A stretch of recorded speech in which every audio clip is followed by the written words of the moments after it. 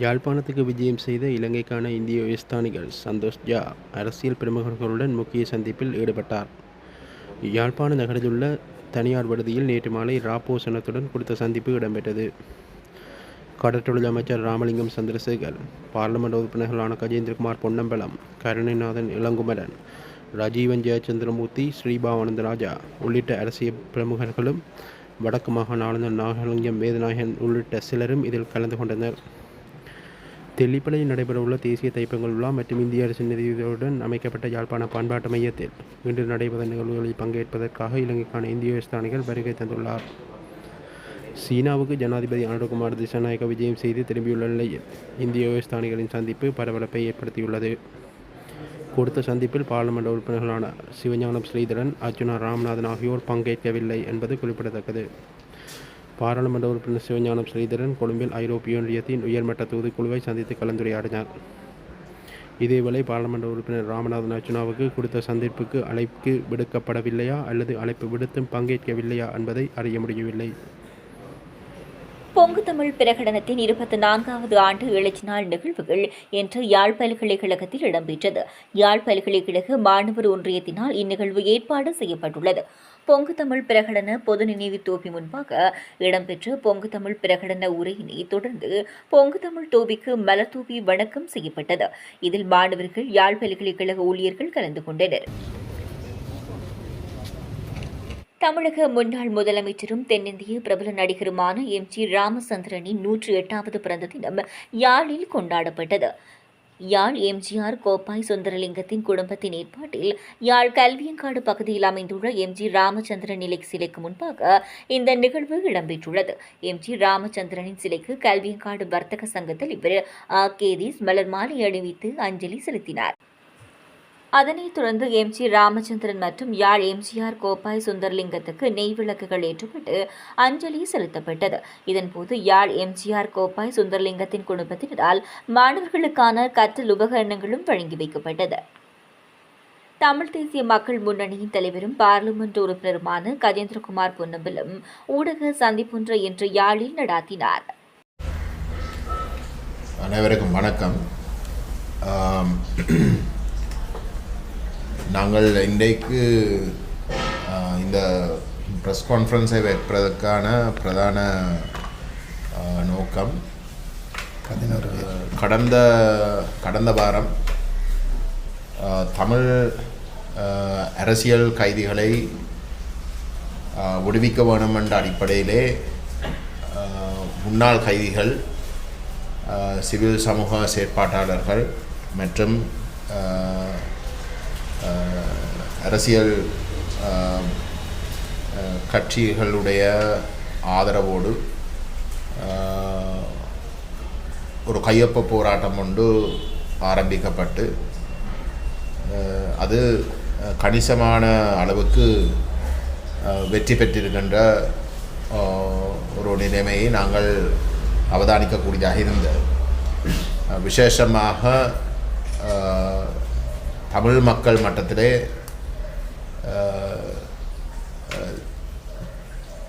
தங்களுக்காக போராடி ஒரு அரசியல் தீர்வொன்றை பெறுவதற்காக, தமிழ் மக்களுடைய உரிமைகளை அடைவதற்காக போராடி அந்த போராட்டம் மௌனிக்கப்பட்ட ஒரு நிலையிலே அந்த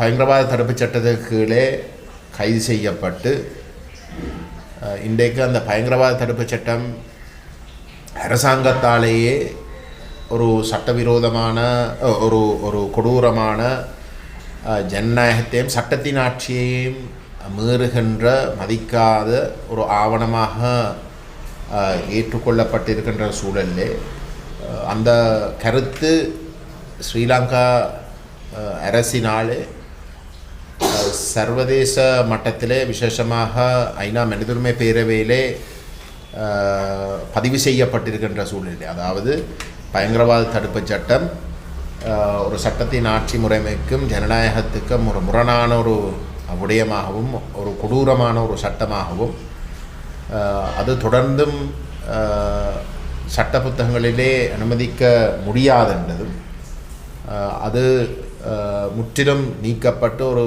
புதிய சட்டம் சர்வதேச மட்டத்திலே சர்வதேச நியமங்களுக்கு அமைவாக கொண்டு வரப்பட வேணும். அல்லது ஆக குறைஞ்சது இருக்கக்கூடிய சட்டத்தை முற்றுமுழுதாக மாற்றி அமைத்து அது சர்வதேச நியமங்களுக்கு ஒப்பானதாக திருத்தப்பட வேணும் என்ற கருத்தையும் அவர்கள் பதிவு செய்திருக்கிறார்கள், ஏற்றுக்கொண்டிருக்கிறார்கள்.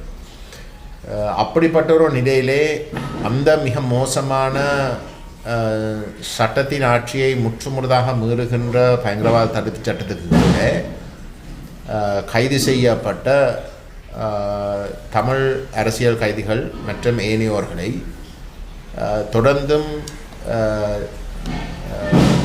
சிறையிலே வைத்திருப்பதை நியாயப்படுத்த முடியாதென்ற வாதம் கணிசமாக இன்றைக்கு மேலோங்கி இருக்கின்றது. அந்த வகையில் தான் அனைத்து தரப்புகளும் கட்சி வேதங்களுக்கு அப்பாலே அரசியல் கருத்துகளுக்கு அப்பாலே இந்த தமிழ் அரசியல் கைதிகளையும் ஏனையோர்களையும் விசேஷமாக பயங்கரவாத தடுப்பு சட்டத்துக்கு கீழே கைது செய்யப்பட்டிருக்கின்ற அனைவரையும் விடுவிக்க வேண்டும் என்ற ஒரு கோஷம் மேலோங்கி இருக்கின்றது. இந்த கருத்து இன்றைக்கு பெரிய லெவலில் ஒரு கையொப்ப போராட்டம் ஊடாகவும் பொதுவாக வடகிழக்கிலே ஒரு மேலோங்குகின்ற ஒரு கருத்தாக நிலைநாட்டப்பட்டு கொண்டு வருகின்ற இந்த சூழலிலே நீதியமைச்சர் திரு ஹர்ஷன நாணயக்கார் அவர்கள் அப்படி அரசியல் கைதிகள் என்ற ஒரு தலைப்பிலே எவருமே கைது செய்யப்பட்டு சிறையிலே அடைக்கப்பட்டதாக இல்லை என்ற ஒரு கருத்தை குறிப்பிட்டிருக்கின்றார். அவர் அதை சொல்வதற்கான அரசியல் பின்னணி தான் காரணம். ஏனென்றால் இதுக்கு முதல் அவருடைய தலைவர் அன்றகுமார திசாநாயக்க தேர்தல் காலத்திலே யாழ்ப்பாணத்துக்கும் வடக்குக்கும் வவுனியாக்கும் மற்றது வடகிழக்குக்கும் சென்ற பொழுது மிக தெளிவாக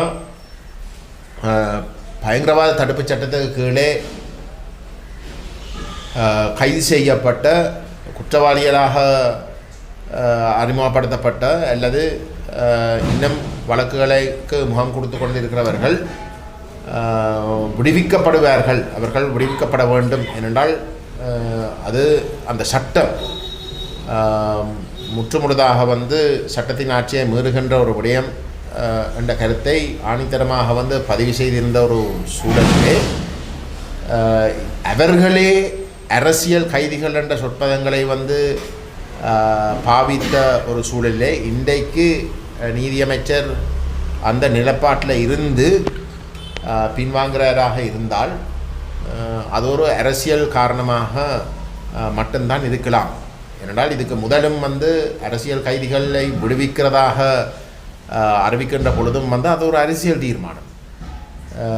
ஆகவே அதில் இருந்து பின்வாங்கிறதாக இருந்தாலும் அது ஒரு அரசியல் காரணமாகத்தான் இருக்கலாம். அந்த வகையிலே தேசிய மக்கள் சக்தி இன்றைக்கு அதனுடைய ஒரு பிரதான அங்கமாக ஜேவிபி அமைப்பு இருக்கின்றது. ஜேவிபி அமைப்பும் ஆயுதம் ஏந்தி போராடின ஒரு அமைப்பு. ஜேவிபி அமைப்புக்கு எதிராகவும் இந்த மிக கொடூரமான பயங்கரவாத தடுப்பு சட்டம் பாய்ந்தது. அப்படிப்பட்ட ஒரு சூழலிலே ஜேவிபியினுடைய உறுப்பினர்கள் கைது செய்யப்பட்ட காலப்பகுதியிலே அவர்கள் அனைவரும் அரசியல் கைதிகளாகத்தான் ஜேவிபியும் ஏனையோர்களும் அறிமுகப்படுத்தினவே. இன்றைக்கும் கூட ஜேவிபி தன்னுடைய அமைப்பை சார்ந்தவர்கள் கைது செய்யப்படுற ஒவ்வொரு சந்தர்ப்பத்திலையும் அரசியல் கைதிகளாகத்தான் அறிமுகப்படுத்துகிறார். ஜேவிபியினுடைய ஆயுத போராட்டம் அளிக்கப்பட்டதுக்கு பிறகும் அவர்களுடைய செயற்பாட்டாளர்கள் கைது செய்யப்படுகின்ற பொழுது அவர்கள் எல்லாட்டி பழிவாங்குகின்ற பொழுதும் கூட அது ஒரு அரசியல் பின்னோக்கத்துக்காக நடக்கின்ற விடயமாக வந்து அவர்கள் மிக தெளிவாக வந்து பதிவு செய்து கொண்டு வருகின்றார்கள். இப்பொழுதும் கூட அவர்கள் ஆட்சியில் இருந்திருக்காவிட்டால் வந்து வேறொரு தரப்பு ஆட்சியில் இருந்து அவர்களுடைய அணியிலே இருக்கக்கூடிய எவரும் கைது செய்யப்படுகின்ற பொழுது அது ஒரு அரசியல் நோக்கத்துக்காக நடக்கின்ற அரசியல் கைதிகளை அவர்கள் ஒரு அரசியல் கைதிகளாகத்தான் கணிக்கின்ற பழக்கம்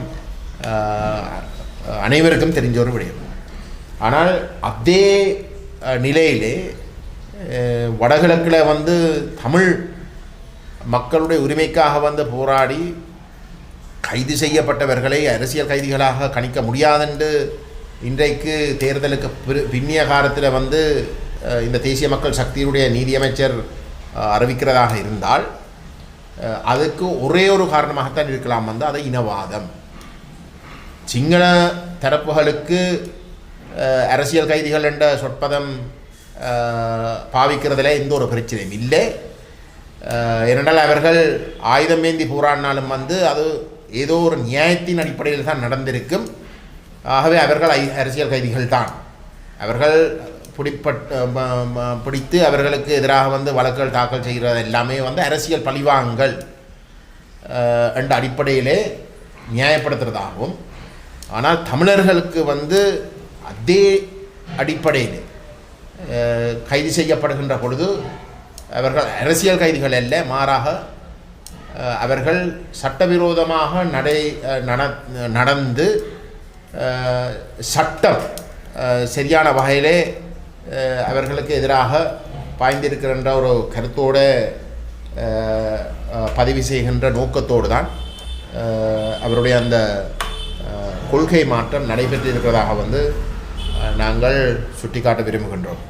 இது உண்மையிலே கண்டிக்கப்பட வேண்டிய ஒரு விஷயம். எனக்கு தனிப்பட்ட முறையிலேயும் வந்து ஹர்ஷன நாணயக்கார் அவர்களை வந்து தெரியும். நான் எதிர்பார்க்கையிலே அப்படிப்பட்ட ஒரு நிலைப்பாட்டை அந்த நபர் எடுப்பார். அவர் ஒரு பதவியில் இருந்தாலும் கூட அந்த பதவிக்கு இருக்கின்ற நபர் வந்து தன்னுடைய அறிவும் தனக்கு இருக்கக்கூடிய அரசியல் பின்னணியையும் வலிமையாக கொண்டு வரும். ஆனால் அப்படி இருக்க வந்து ஹர்ஷன நாணயக்கார் என்ற நபரும் நீதியமைச்சர் என்ற பதவிக்கு வந்ததுக்கு பிறகு அவர் கடந்த காலங்களிலே இருந்த நீதியமைச்சர்களுடைய மிக மோசமான ஒரு பிற்போக்குவாத ஒரு நிலைப்பாட்டுக்கு இணைந்து போகின்ற வகையிலே கருத்து தெரிவித்திருப்பது ஒரு பலத்த ஏமாற்றத்தை கொடுக்கின்ற ஒரு விடயம் மட்டுமல்ல, அது உண்மையிலே வன்மையாக கண்டிக்க வேண்டிய ஒரு விடயமாக இருக்கின்ற அந்த விஷயத்தையும் நாங்கள் இந்த இடத்துல வந்து பதிவு செய்ய விரும்புகின்றோம். இது இன்னும் இந்த தேசிய மக்கள் சக்தி தேர்தல் காலத்திலே வந்து தாங்கள் வடகிழக்கை பொறுத்தவரையிலே ஒரு மாற்றத்தை கொண்டு வருவதாக வந்து ஒரு நம்பிக்கை ஒன்றை மக்களிடம் வந்து கொண்டு சென்றது எல்லாமே வந்து ஒரு நாடகம் என்றதை மீண்டும் மீண்டும் நிரூபிக்கின்ற ஒரு விடயமாகத்தான் இந்த அரசியல் கைதிகளுடைய விடயம் அமைந்துள்ளது. இதே போன்று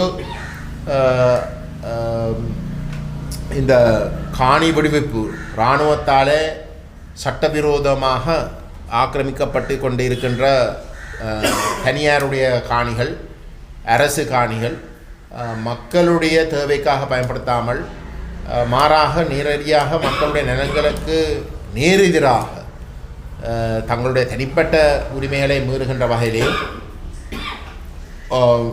சமூகம் என்ற வகையில் வந்து தங்களுடைய நிலங்களை பாதிக்கின்ற வகையிலேயும் வந்து பாவிக்கிறதை தாங்கள் நிறுத்தப்போவதாக வந்து அறிவித்த நிலையிலேயும் தையட்டி விஹாரை காணி சம்பந்தமாக இதுவரைக்கும் அவர்கள் மௌனம் சாதித்து கொண்டு வருகின்ற விடயமும் இந்த அரசாங்கத்துடைய இரட்டை வேடத்தை அம்பலப்படுத்துகின்ற ஒரு விடயமாகத்தான் நாங்கள் கருத்தில் கொள்ள வேண்டும். ஏனென்றால் இந்த தையட்டி விஹாரை என்றது முற்றுமுழுதாக வந்து சட்டவிரோதமாக கட்டப்பட்ட ஒரு விடயம். அதில் எந்த விதமான மாற்று கருத்தும் இருக்க முடியாது.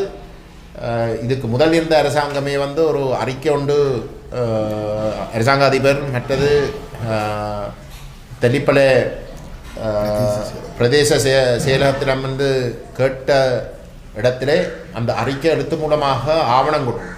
தனியாருடைய அந்த இன்றைக்கு கட்டப்பட்ட சட்டவிரோத விஹாரை கட்டப்பட்ட இருக்கின்ற காணியுடைய தனியாருடைய உறுதிகள் உடைய பிரதிகள் உட்பட பழைய திசவிஹாரை இருந்த பழைய காணி உடைய உறுதி சேர்த்து அந்த பெயர் விவரங்கள் அளவுகள் அது அனைத்து அரசாங்கத்துக்கு வழங்கப்பட்டும் இந்த அரசாங்கம் ஆட்சிக்கு வந்ததுக்கு பிறகு அவர்கள் அது சம்பந்தமாக ஒரு தெளிவான ஒரு நிலைப்பாடு எடுக்காமல் இருப்பது அனைத்துமே வந்து அவர்களுடைய போக்கிலையும் கடந்த அரசாங்கங்களை போன்று ஒரு இனவாத ஒரு நோக்கம்தான் இருக்கின்றதென்ற ஒரு முடிவுக்கு வராமல் இருக்க முடியாது. ஏனென்றால் இது அனைத்துமே வந்து சிங்களவர்களுக்கும் ஏனையோர்களுக்கும் வந்து ஒரு சட்டம், தமிழருக்கு வந்து வேறொரு சட்டம் என்ற அடிப்படையில் தான் நடக்கின்றது. அந்த வகையில் வந்து நாங்கள் தமிழ் தேசிய மக்கள் முன்னணி இந்த முன்னாள் போராளிகள் உடைய இந்த முயற்சிக்கு அனைத்து மக்களும் அதுக்கு ஆதரவு தர வேணும், அதுக்கு ஒத்துழைக்க வேண்டும். அந்த தமிழ் அரசியல் கைதிகளையும் பயங்கரவாத தடுப்புச் சட்டத்துக்கு கீழே கைது செய்யப்பட்ட தமிழருடைய விடுதலை போராட்டம் சம்பந்தமாக கைது செய்யப்பட்ட அனைத்து தரப்புகளையும் வந்து நிபந்தனை இல்லாமல் வந்து விடுவிக்க வேண்டும் என்ற கோட்பாட்டை இன்னும் ஆணித்தரமாக முன்வைப்பதற்கு எல்லோரும் ஒத்துழைக்க வேண்டும் என்று நாங்கள் கேட்டுக்கொள்ள விரும்புகிறோம்.